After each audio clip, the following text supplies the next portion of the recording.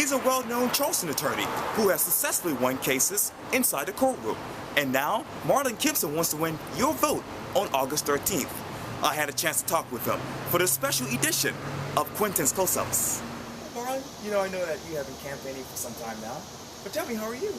I'm doing great. Yes. I'm optimistic that the citizens of District 42 are receiving our message. Yes. And I look forward to August 13th. Yes. Because we're going to have a great election, and I think I'm going to win. Yes. Well, your campaign made some news recently on Friday. According to the state campaign disclosure forms, you are leading the pack with fundraising. And what it says here, raising $79,476, with $10,800 coming out of your pockets. Correct. You are leading the fundraising pack. But let me ask you this, will that money take you to Columbia? Well, the whole point of the campaign is to get our message out. And that is how you get your message out. We have volunteers, we have people knocking on doors, and we've purchased radio, we've purchased newspaper ads, and so we have to get the message out. And I think the message is resonating with voters, and that has led to success in people wanting to financially contribute to the campaign. Put on your memory hat for me and take me back to June 24th when you actually filed your papers to run for Robert Ford's vacant South Carolina Senate seat, that is. I'm wondering, what was going through your mind when you actually filed those papers? That's a good question, man. I have never run for political office. Okay. We got a number of candidates who are career politicians. But I think this is a unique opportunity for us to bring change to the district. Okay. Now, I started out as a young boy licking envelopes. My dad was a community activist in Columbia. Yes. And he taught me the value of politics. Of course, he went on to be a school teacher. Yes. And then ultimately worked with Governor Riley. Oh, yes. But as far as my family goes, we've never really run for political office. And with me, this is new to me. And so it was an interesting experience because for the first time I'm putting myself out there in front of more than 100,000 residents of the district to be judged. Yes. And I think that those people that live in the district are really gravitating towards our message of fully funding public education, expanding Medicaid, and making sure voting rights are protected and repealing stand your ground. And so I'm very excited, although this is new, I'm very encouraged by the support we're getting. And let me continue to walk with me down the memory lane, that is, to May 31st. Obviously Robert Ford resigned because of ethical allegations and his health. I asked Maurice Washington this too, but where were you when you got the news? I don't exactly recall where I was. Oh, you know what? Now I do recall. I was in my office. It came as a bit of surprise to probably everybody. Yes, yes. Robert Ford has done some very good things for the district. For example, he has championed the cause of getting more diversity in the bench. And so he has served, and unfortunately he had to resign, and that's what leads us here today. Yes. I think it's time for new leadership. I think it's time for aggressive leadership. We got to go to Columbia to fight for those things like public education and Medicaid expansion, and that's why I'm so happy we're here at the Franklin C. Fetter Center having this interview. And so from May 31st to June 24th, that is, when did you know you wanted to be a state senator? Well, like I mentioned previously, I've always been involved behind the scenes in politics. Sure. But if you'd asked me 3 years ago if I'd be running for Senate District 42, I couldn't tell you that. But I have a passion for public service. And quite frankly, I'm making a great sacrifice so that we can go to Columbia. As you know, I have a law practice. Sure. This wasn't something I planned. But the community needs effective leadership. There's too much going on, too much at stake for us to allow this position to not be used effectively for the citizens that live in the district.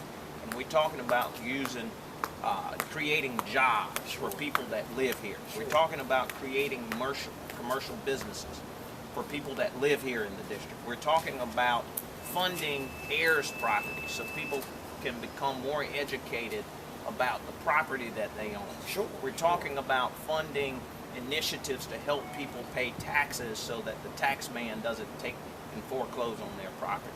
So I think it's a very unique opportunity for change.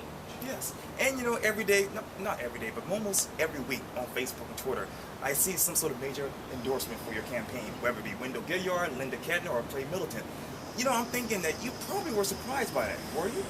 I wasn't really surprised in endorsements because the message is right. Linda Kettner speaks to people. She's been very involved in giving us advice. I was proud to participate with her in the parade this weekend. Yeah. You know, Supreme Court has said that, you know, we got to be more equal. We got to treat everybody equal, whether they're gay or lesbian, black, brown, or white. Everybody deserves equality. So this campaign is embracing inclusion.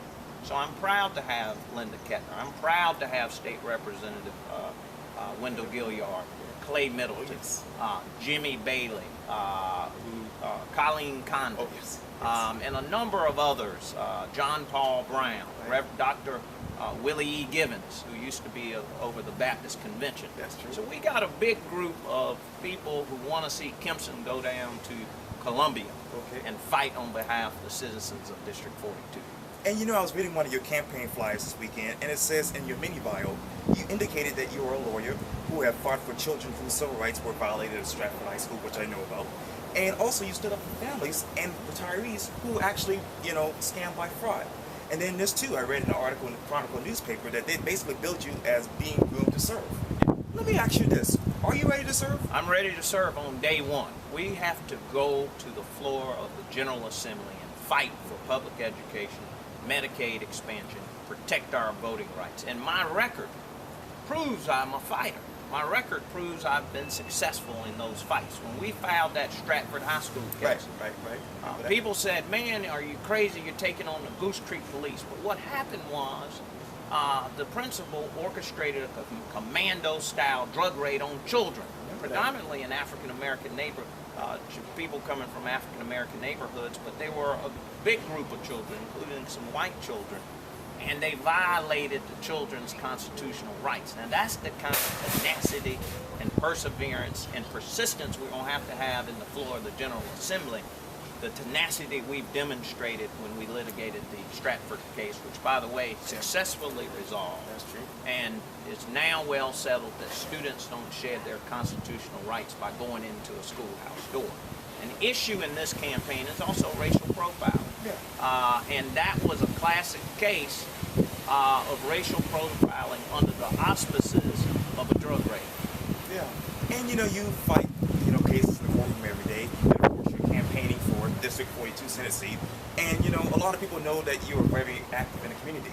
But at the end of the day, who's Marlon Kimpson? Marlon Kimpson grew up in Columbia. That's right. But I've been living in this district for over 13 years. When I first moved to Charleston, I lived at the home of retired educators. He used to be the principal of C.A. Brown. That's right. George Stanyard and Ermine Stanyard. Yes. And I lived with them for almost 2 years. And Marlon Kimpson is a guy who cares. Kimpson cares. My parents were educators.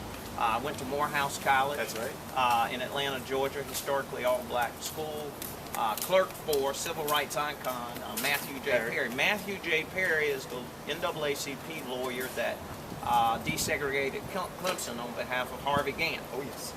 And so I run this race on the shoulders of Matthew Perry and people like the Honorable Lucille Whipper, who has done so much for this, and the Stanyards, who have done so much, the Barbara Delagar, Maxine Smith, Sharon Reed, all of those who have done so much for the people in Charleston in District 42.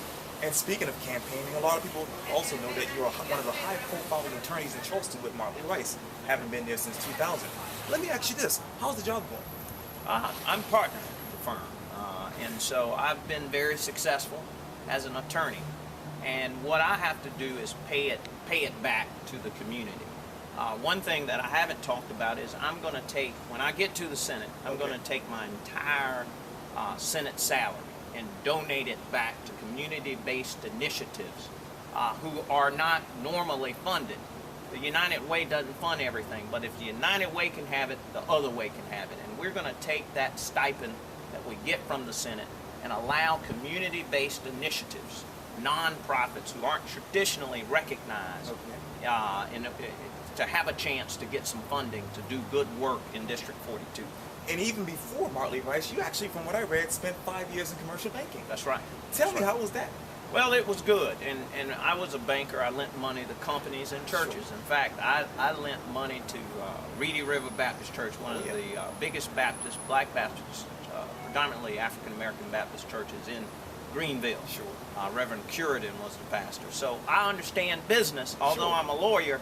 I understand business as well because I've had to lend money to small businesses.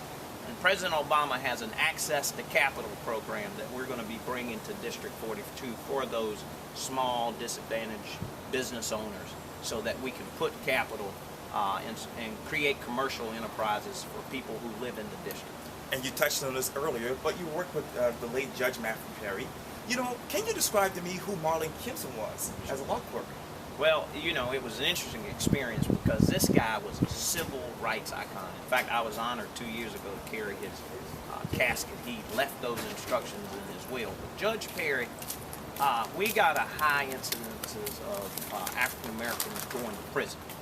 And we have to make sure that the solicitor's office and the prosecutor's office aren't sending our young people to jail.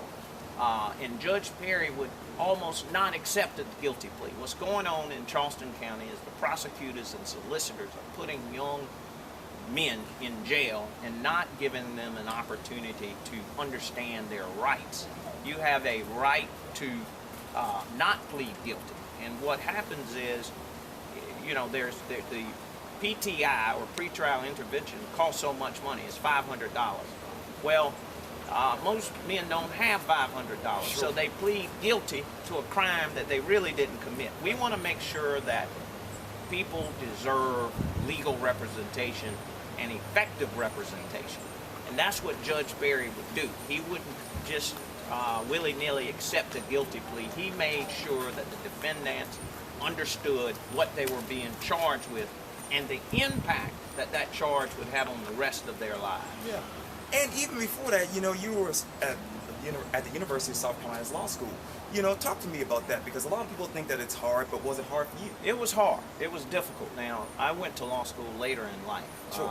because banking was not my calling. Being Okay. a lawyer for people is my calling.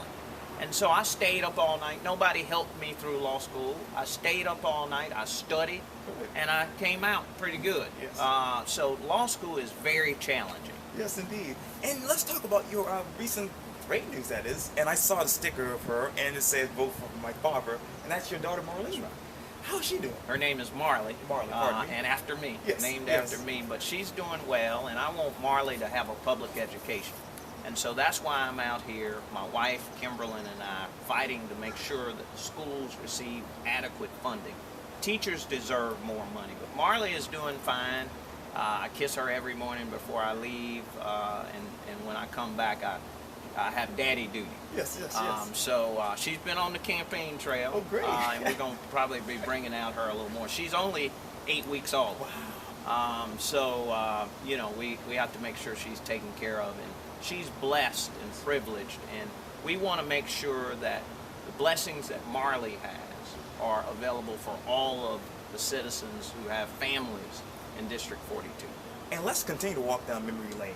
I understand that you actually grew up and were raised in the Eau Claire neighborhood of Columbia. That's right. Can you share with me your memories of growing up there? Well, Eau Claire is a very interesting community. It's where Eau Claire High School is, similar to Burke. It's Yes. a predominantly African-American neighborhood, and where that borders is the Latimer Manor Public Housing Project. And growing up, we had a basketball court at my house, and the reason why I learned how to play basketball is because I played with people from Eau Claire and Latimer Manor. And so it was a lot of people in my neighborhood are still my friends today. And I think it's important. My parents still live there. Oh, good. And so we have to be role models for our communities in Eau Claire and Latimer Manor and near Burke High School and the East Side. Yes. We have to be visible in the community, and I have a commitment to doing that like my parents. They still live there. And also too, after high school, of course, and you touched on this earlier, but Morehouse College. Tell me, what was so attractive about that college? Well, it's a historically all African-American male college. And growing up, I went to a diverse school, and I think diversity is important. You got to be around all people. Absolutely. I have very good friends of all races. Same here. And I think that's important. But what I lacked was true African-American history while I was going to high school. And going to Morehouse inspired me. You shouldn't be number one, number two. You want to be number one. And sure. you can achieve, President Obama really touched on it, you can be president. And Morehouse instilled with Dr. Benjamin Elijah Mays, a South Carolina native, was the president of Morehouse College. And we've had Dr. Martin Luther King went to Morehouse College. And I'm proud to be a Morehouse man. And Morehouse men strive for excellence, and we have a commitment to serving the community, and that's well documented. Yes, indeed. And let's talk about you coming to Charleston in 1998. What was so attractive about Charleston? Well, I came as a law clerk in 1998, and I really came because I got a job. Never really spent a lot of time here until then, but when I drank the water, I was sold. Yes. You can't choose where you're born, but you can choose where you live once you become adult, and I chose to live here. I've been here over a decade. I've been living in District 42 ever since I've been in Charleston for over 13 years. And I think the important thing, everybody wants, well, he's not from Columbia. Well, Barack Obama, let's remember this. Yes. Barack Obama was born in Hawaii, but he went to Illinois and served in the Senate for the state of Illinois. They chose him because he was the best candidate. I've been living here for over 13 years, and I'm the best candidate in this race to deliver for District 42, to bring home the bacon for the people that live in this district. Yeah, wait, and answer that. Okay, well, finish these sentences for me. Law is, excuse me, the law is a great equalizer. Politics is a great opportunity to serve. Yeah, Marlon Kimpson is dedicated, committed. He will show perseverance, and he's a fighter. Yes. Well, we know that you love politics and law, but what is something else that people don't know about you? I go to Marsh Brown AME Church, and I've been involved in the community. When I first moved here, I started serving as on the board of the Carolina Youth Development Center off Montague Avenue. Yes. And I'm good friends with Closing the Gap in Healthcare, Dr. Bell. Oh, yes. We recognize the need to bring scholarships to African Americans who wanted to go into the field of nursing, go into the field of medicine. And I'm pleased to say we're almost endowing a scholarship at $250,000. Oh, great. I came here and I rolled up my sleeves and worked. And I've done more work than some who've been living here in Charleston for all of their life. Wow. And, I can't let you go without me asking about your future. What's the next chapter for you? I want to win this race. Okay. And I'm really comfortable. I got a good job. I got a great family. Yeah. And I want the opportunity to serve in District 42. I'm committed, I'm a fighter, and I'm the best candidate. And I hope that our message is resonating with the people, because it's all about message.